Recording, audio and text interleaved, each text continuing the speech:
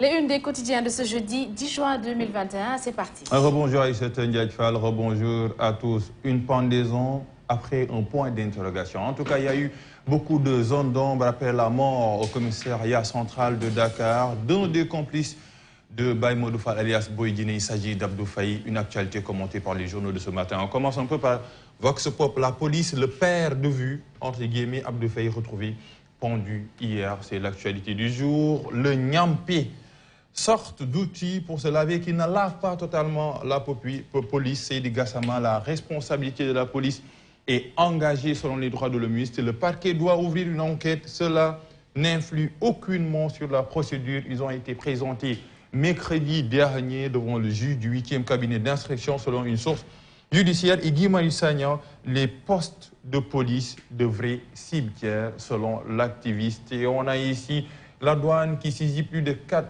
tonnes de faux médicaments et plus d'1 tonne de yamba. Le coude qui va poursuivre les pilleurs. On parle un peu des restaurants argentés de l'université Cheikh Anta Diop de Dakar, et l'Assemblée générale électorale aura lieu le week-end des 7 et 8 août. On parle un peu de la Fédération sénégalaise de football. Après Vox Pop, on enchaîne avec l'info, une si longue liste.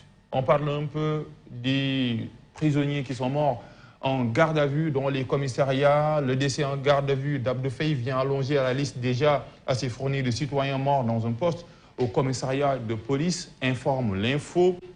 Aïcha Kamara, Aboubakar Dia en 2008, Abdoulaye Wade Yingou en 2010, Eliman Touré, Dominique Lopi, Alune Badre Diop, Papsar entre 2017 et 2018. Et on voit des points de suspension parce que la longue liste n'est pas exhaustive. On parle un peu de ceux qui sont morts en garde à vue. Dernier épisode, c'était hier avec Abdou Faye, un des complices de Baye Modou Fall alias Boy Djiné. Après l'info, on continue avec les échos. On commente cette actualité.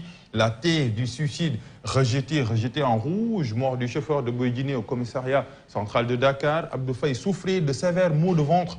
Selon les échos, le corps sans vie d'Abdou Faye découvert au petit matin par la femme de ménage Abdou Faye que vous voyez ici avec ses dreadlocks, qui a terminé sa vie dans une cellule. L'autre actualité développée par les échos, c'est l'affaire liée à l'affaire d'immeuble. Diop Iseg et Aïssatou Seydi soldent leur compte. Selon les échos, Aïssatou Seydi réclame 500 millions à Mamadou Diop, qui réclame à son tour 100 millions à son ex-femme, beaucoup de millions.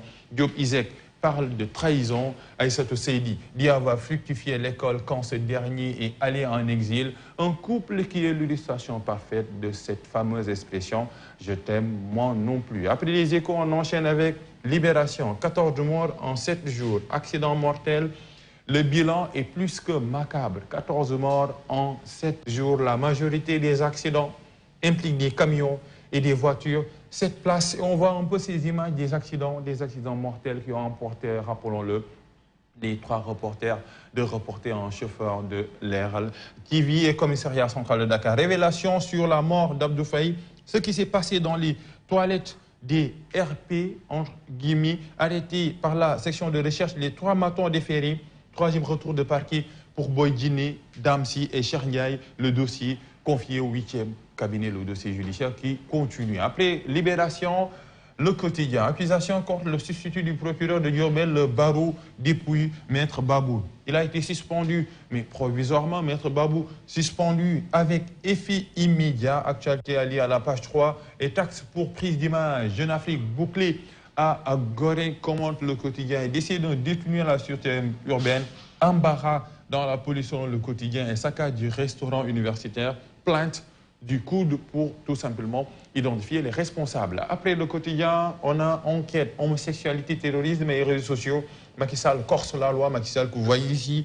Adoption hier en Conseil des ministres, les lois modifiant le code pénal et le code de procédure pénale. Le pied de nez fait aux associations de lutte pour la promotion de l'homosexualité, une loi pour restreindre l'accès des sites au contenu manifestement illicite. Après enquête, un autre quotidien, c'est la saccage des restaurants de Lucas, le coup de brandy, le bâton, pas la carotte. On voit un peu le directeur du coup qui sourit, mais qui affiche peut-être la colère après le saccage du restaurant argentin, réapparition de la poliomyélite. Le Sénégal de sens 12 nouveaux cas, attention, la poliomyélite que l'on pensait tout simplement effacée ou bien ne fait plus partie des maux qui touchent la santé dans notre pays. Après l'AS, on a Tribune.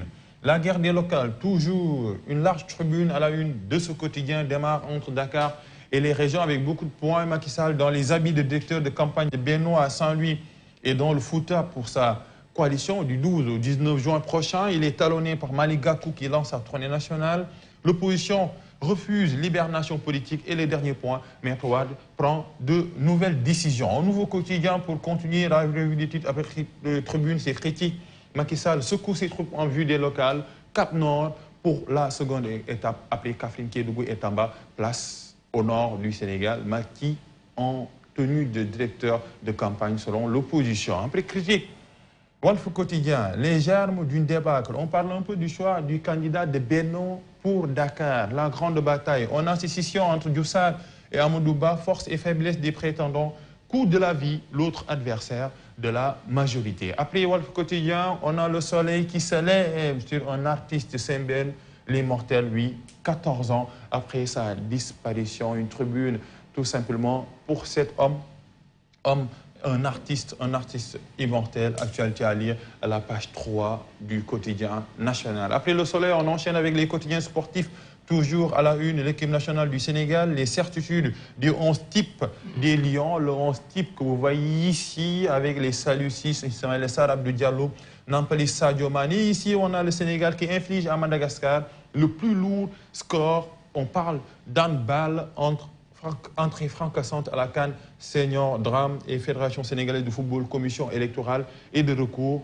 Maître Seydou Diagne et Maître Pape Mohamedou Diop, élus président. Après le football, place à la lutte avec Sunu Lamb. On a un peu des mastodontes à la une de ce quotidien. Sathiès, Bombardier et Tafatine, gagner ou périr. Tout simplement, deux alternatives ou bien une seule alternative, gagner ou périr avec ces lutteurs qui préparent leur combat. On finit cette revue des titres avec le dessin d'Odia, avec cette relation en dents de scie, ni oui ni non, entre le président Macky Sall et son ancienne première ministre. On parle un peu de Mimi Touré et le dessin d'Odia est magnifique. Regardez ici, Macky Sall qui dit au revoir après sa rencontre à Mermoz avec Mimi Touré. Je voulais la gifler avec un gros poste de responsabilité, mais le contexte n'est pas favorable et Macky Sall qui cache un peu ce décret tout simplement pour sanctionner après les élections locales, mais pour maintenant, à l'instant, c'est un peu un bourroxo, mais qui n'est pas assez huilé quand même. Sans miel peut-être ou sans sucre. Ou sans sucre.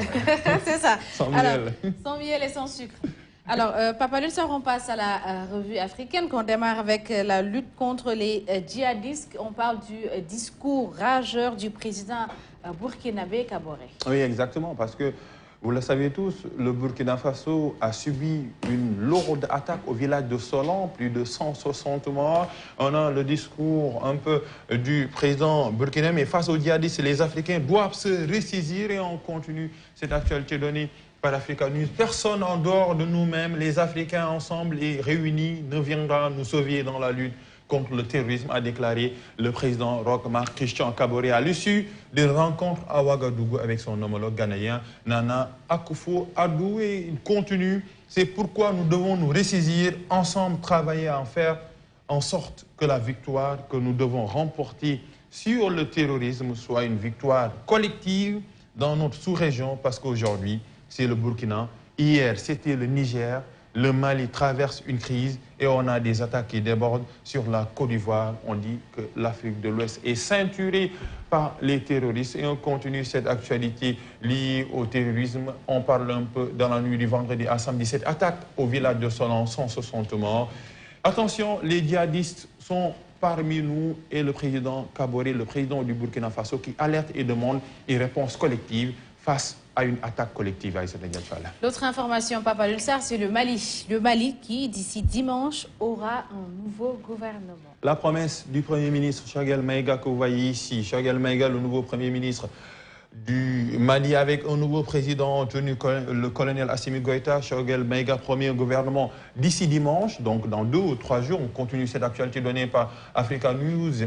Choguel Maïga qui fait un peu main et pieds pour trouver un nouveau gouvernement peut former un État qui se structure avec un président, un Premier ministre. Mais on attend un peu la désignation des membres de ce gouvernement et on continue avec cette actualité. On a un peu le commissaire des États de l'Ouest, la CEDEAO, Goodluck Jonathan, qui assure ou bien qui rassure que cette transition se fasse tout simplement dans les bons termes. Mais il faut le rappeler, la CEDEAO, l'Union africaine, la France, tous ces pays ont suspendu le Mali après le coup d'État, dans un coup d'État qui a permis à Assimi Goïta d'être le nouveau président de transition au Mali, etc. On termine ce matin, passe avec le génocide en Namibie. L'Allemagne reconnaît les faits, mais rejette les demandes de réparation. Oui, Berlin ne veut pas de réparation. On parle un peu de ce génocide en Namibie.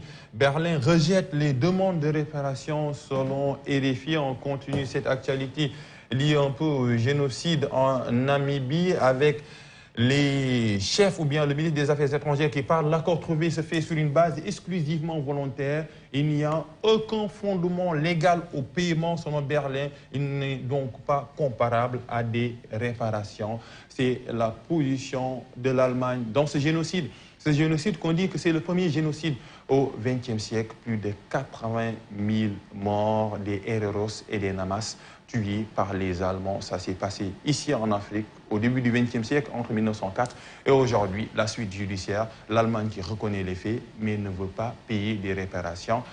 Et on répare l'information dans tout.